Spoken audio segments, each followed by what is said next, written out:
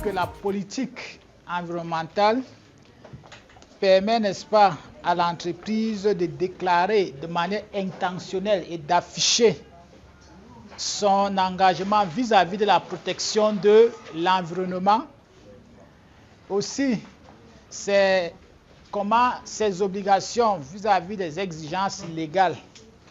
Mais aussi, ça permet à l'entreprise de montrer comment elle s'inscrit dans une perspective d'amélioration continue. Bien, nous allons entamer avec la session sur la certification environnementale. Et là, nous allons vraiment voir, parce que en termes de normes, il y a plusieurs labels, des bio, des 100% naturels, écolabel, green ceci, green cela. Donc on va voir ces différents concepts et on va voir qu'est-ce qu'il en est vraiment de la certification environnementale. Donc, regardez à ces étiquettes. Quand vous voyez cela, pensez quel est le produit le plus durable selon vous. Observez bien. Quand vous voyez ça, vous pensez que qu'est-ce qui peut être le produit le plus durable en termes environnementaux? Oui. Green. ISO, le B.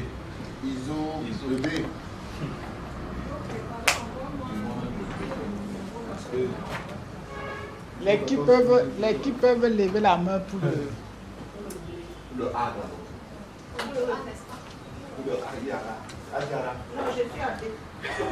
Les qui sont à B. Il y a 1, 2, 3, 4, 5, 7. Si vous me suivez, vous pouvez me donner comme ça. Et les qui sont les autres, vous choisissez quels? Marius, vous êtes où? Les autres qui n'ont pas levé la main. Je n'arrive pas à me décider. Je n'arrive pas à se décider. Pourquoi vous pensez que c'est le B? Oui, Adjara. Je pense que c'est le B parce que tout à l'heure on a dit que l'ISO là, ça concerne le processus. Que c'est tout le processus et donc ça englobe dans le système, pardon.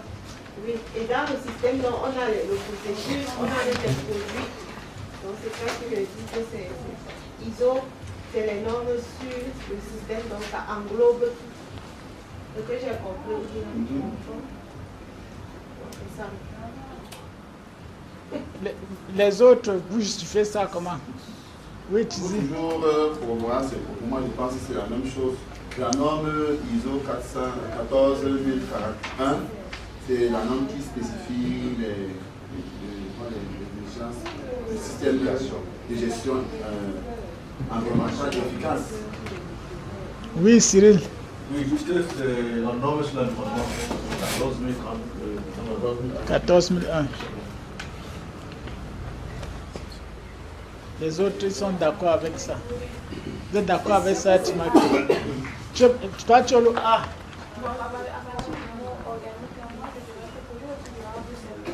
Celui qui est organique. Quel est le plus durable environnementalement? Ok.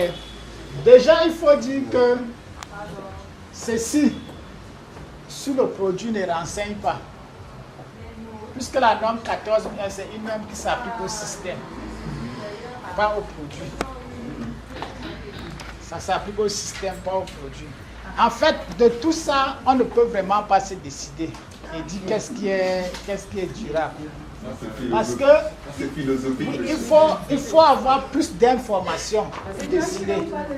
Votre réponse est philosophique, monsieur. Il faut avoir plus. Ce sont des étiquettes, des déclarations qu'on a données, mais rien en fait ne nous donne d'informations pour juger quel est le produit. Oui, le ISO c'est le système. Ça ne suffit pas. Ça certifie le système par le produit. Oui, on parle du produit. Dire qu'un système peut être certifié ISO, mais pas être plus durable par le produit. Parce que si tu ne peux pas dire que ce produit est certifié ISO. C'est le système qui fournit ce produit qui est certifié ISO. Donc, on ne peut pas faire un jugement parce qu'on n'a pas plus d'informations sur les différents produits. Donc, à quoi servent les écolabels? Donc, tout ceci là,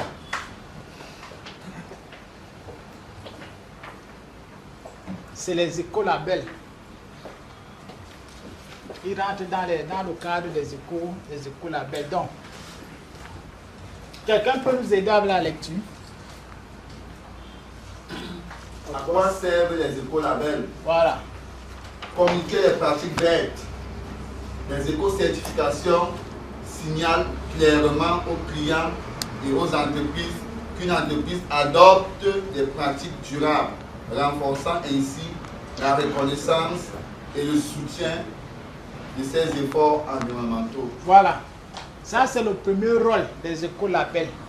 Ça communique les pratiques vertes et ça permet à une entreprise de montrer qu'elle s'inscrit vraiment dans des pratiques durables et ça renforce donc sa reconnaissance et son soutien. On sait que telle entreprise, voilà, elle travaille dans tel secteur, elle est verte, elle fait des efforts sur le plan environnemental. Oui, deuxièmement, Pour respecter les obligations légales, sur certains marchés et pour certains produits, les labels sont obligatoires et les entreprises doivent les posséder pour fonctionner. sur certains marchés et pour certains produits, les labels sont obligatoires et les entreprises doivent les posséder pour résister sur ce marché. Si tu ne peux pas le fournir cela, tu ne peux pas être sur ce marché.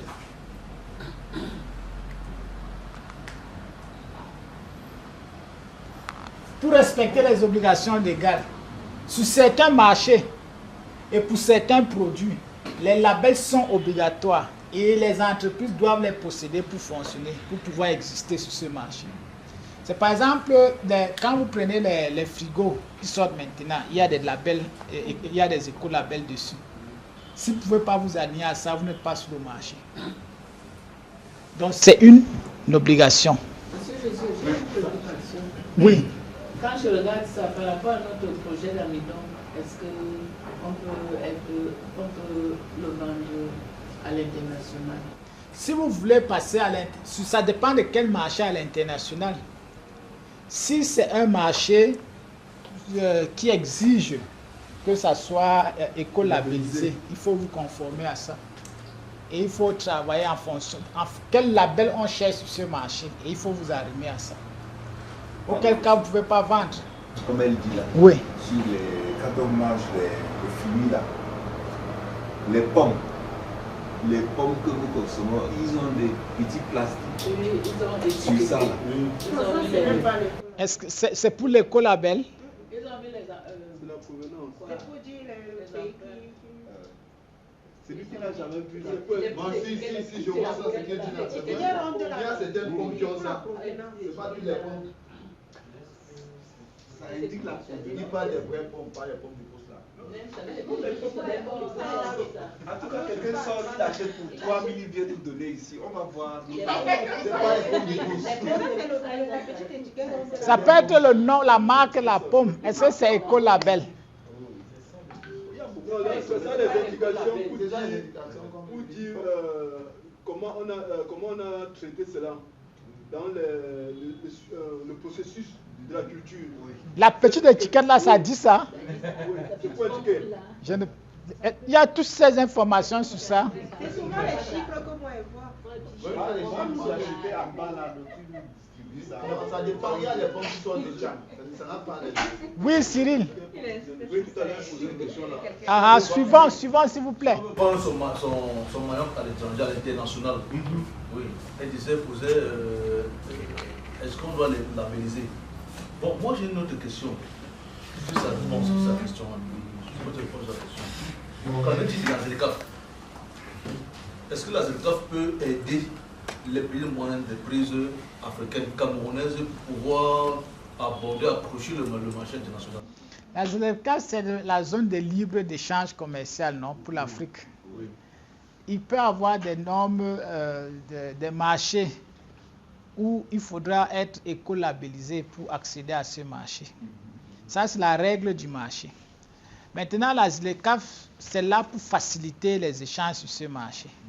Maintenant, les entreprises qui veulent aller sur ce marché d'un produit spécifique écolabellisé, ils vont obligatoirement se conformer à ça. Maintenant, qui accompagne ces entreprises à se conformer? La question peut rester. Ça peut être les gouvernements des pays. Ça peut être que les entreprises de ce secteur se mettent même ensemble, oui, pour mieux attaquer ce marché. Parce que ça aussi, c'est quelque chose.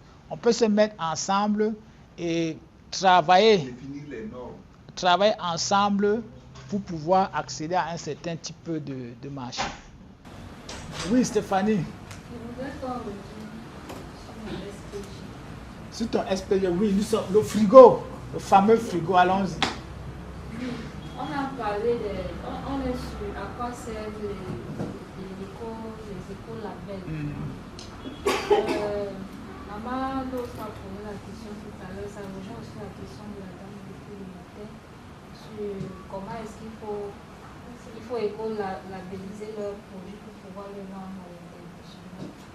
On a ce qu'on appelle au Cameroun le système participatif de garantie, qui est aussi une forme de certification locale, sauf que la certification, c'est une certification communautaire qui se fait de gré à gré, avec un groupe de personnes qui savent comment est-ce que, par exemple, si moi je connais par exemple la dame, je connais comment elle produit son manioc, je connais comment elle transforme son manioc, avec quoi elle transforme son manioc, je peux moi dire avec certitude que oui, son manioc est bio, sur la base de tout ce que je connais dans son système de production. Et il y a maintenant une équipe autour d'elle, autour de nous, parce que nous formons déjà une équipe autour de nous, c'est-à-dire elle la productrice et moi le consommateur, je ne sais pas trop qui, moi qui travaille avec elle, pouvons dire qu'il encadre ou quel est son SPG. On appelle ça, généralement on appelle ça que la certification première, en quelque sorte. Donc on sait que c'est assez difficile pour nous au Cameroun, et c'est assez difficile pour nous au Cameroun, pour les petites entreprises, même les grandes entreprises, de suivre vraiment tout le système de certification là, jusqu'à avoir le label sur son produit. Donc depuis 2023, on a mis en place ce système participatif de garantie qui donne une certaine crédibilité aux petits producteurs, producteurs locaux de pouvoir prétendre à un produit labellisé. Donc ça marche, à Bafoussam déjà ça marche, ils ont déjà leur système participatif de garantie. Nous en tant que SAID, on est en train de se battre pour pouvoir mettre un SPG ici dans la région de l'Est. Donc voilà quelques petites astuces qui peuvent aider les mamans comme ça, les petites entreprises qui font des petites unités de transformation pour pouvoir prétendre à un marché extérieur. Il y a beaucoup de marchés extérieurs qui acceptent le SPG. Ok, très bien. J'ai une dernière ça, c'est une bonne nouvelle déjà pour les dames qui veulent au moins avoir le SPG et prendre les marchés qui l'acceptent pour le moment. Il y a beaucoup de personnes, il y a vraiment un suivi qui se fait, un accompagnement qui se fait, notamment comme les grandes entreprises. Il y a tout un suivi qui se fait pour avoir le SPG. C'est tout un canevas qui respecte des normes et des canons. Qui fait le suivi? C'est le gouvernement ou c'est votre structure qui a le suivi? Ce n'est pas le SAID. C'est un consultant externe qui encadre la structure pour pouvoir avoir son SPG. D'accord, allons-y. Juste là, revenez un peu là, l'image précédente. Donc, je trouve ça un peu ambivalent, dichotomique. Voilà, donc, parce que vous allez trouver, oui, il y a même un peu de quiproquo là-dedans. Vous allez trouver les normes ISO sur les produits insecticides qui sont chimiques. Est-ce que c'est pas dichotomique? Est-ce que c'est pas antinomique? La norme certifie le système. Ça certifie le système. Ils peuvent vous dire que puisque la norme... Par exemple, il y a les entreprises il y a Adair, Monsanto, qui sont basés en France, en Italie. Oui, Dreyfus. Oui, qui font des produits insecticides. Et qui sont certifiés ISO. Oui. Le système de production est certifié ISO parce qu'il se conforme à ce que la norme dit dans le secteur. Ça, c'est le système. Le système. Alors que son produit est chimique. Le produit peut ne pas être sur le plan écologique et tout ça, mais il est certifié sur le plan environnemental. Ses procédures de production respectent les canons. C'est franchement antinomique. C'est là où je comprends mieux. Parce que s'il faut le dire, les produits, les herbicides, les peintures, tout ça, ce sont des gros pollueurs. Mais ils sont certifiés système ISO environnement. Mais le produit en lui-même a un dommage sur l'environnement. Mais le système de production, ils vont te respecter tout le système. Ils vont consommer moins d'énergie pour produire. Tu vois, dans les entreprises, tout est classé comme il faut. Le système est certifié ISO. Mais le produit a des... C'est là où on comprend maintenant mieux la certification du système par rapport au produit. Donc une structure peut être certifiée ISO, mais le produit qu'il met sur le marché n'est pas bio. Bon, on dit en troisième, ça sert à quoi? Pour garantir la transparence et la confiance, une vérification indépendante par un tiers des allégations ou alors des déclarations environnementales renforce la confiance et la crédibilité des consommateurs.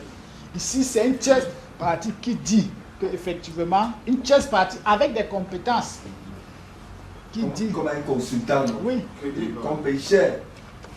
Des films. Et ça sert aussi pour la différenciation et l'accès au marché, permettre aux entreprises de se démarquer sur le marché, d'attirer des consommateurs soucieux de l'environnement, d'accéder à des marchés qui donnent la priorité aux produits certifiés durables. Maintenant, quelqu'un a entendu parler de ce mot? Lis-nous un peu ça, Timaki. Ça, c'est nouveau.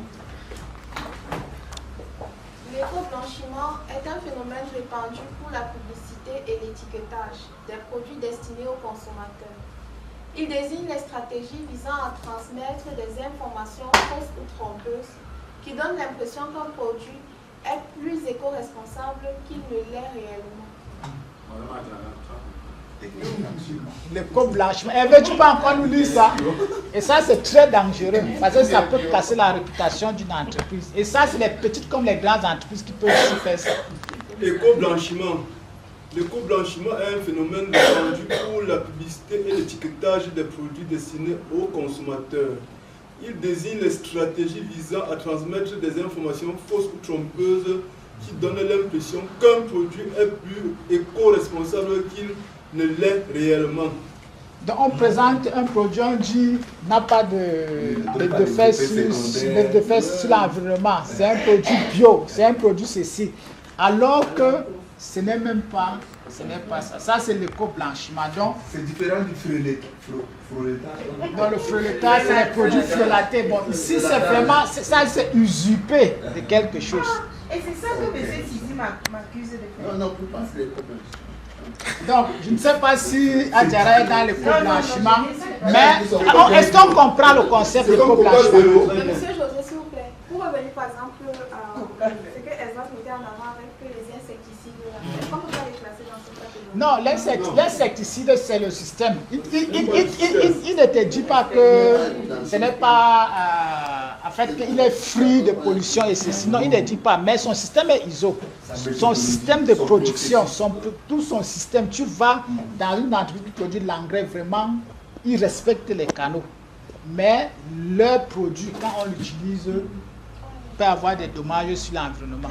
Bon, je pense qu'on va arrêter aujourd'hui ici. Et demain matin, on va attaquer notre dernière journée.